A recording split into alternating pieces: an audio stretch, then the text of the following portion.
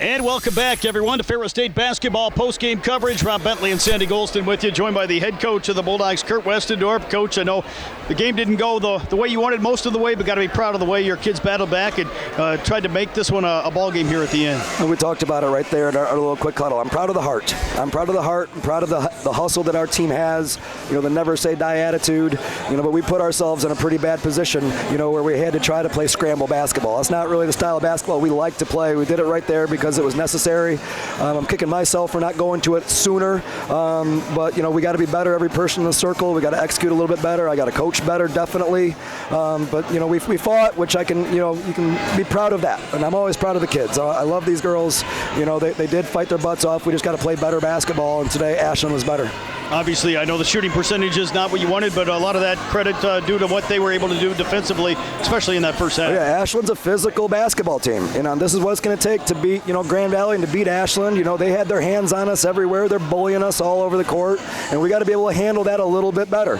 Some of our cuts that are usually clean cuts, we were getting knocked off of those cuts a little bit. We're driving in, their reaches were getting us across the arm, and it's like you're not getting the calls if they're just looking like that. So, we got to be better. We got to be tougher because, only to get to the free throw line, 12 times with as much as we were attacking the paint, we got to be a lot tougher, all right, to be able to move the basketball.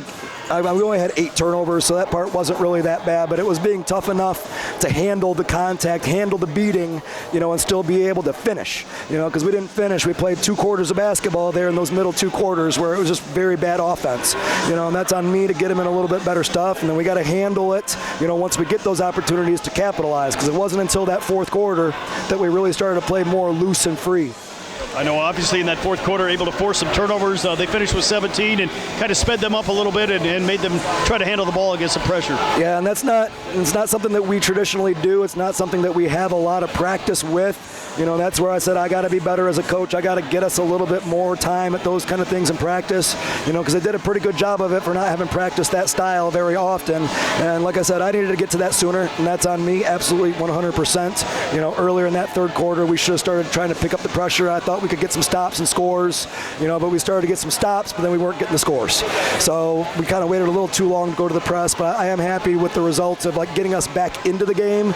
They can draw upon that and build upon that, but right now those are just moral victories, and we were after the win on the scoreboard, so we're really disappointed that we didn't come away with that. Obviously, this is the type of game that'll prepare you for the start of conference play coming up right after the Thanksgiving holiday. Oh, absolutely. It's awesome that we were able to play this kind of a game. We're grateful for Ashland to be able to play home and home series. We play at their gym. They come and play here because we're 2 of the better teams in the region. So it's great that we can keep playing each other, and we know that we've been tested during this month of November.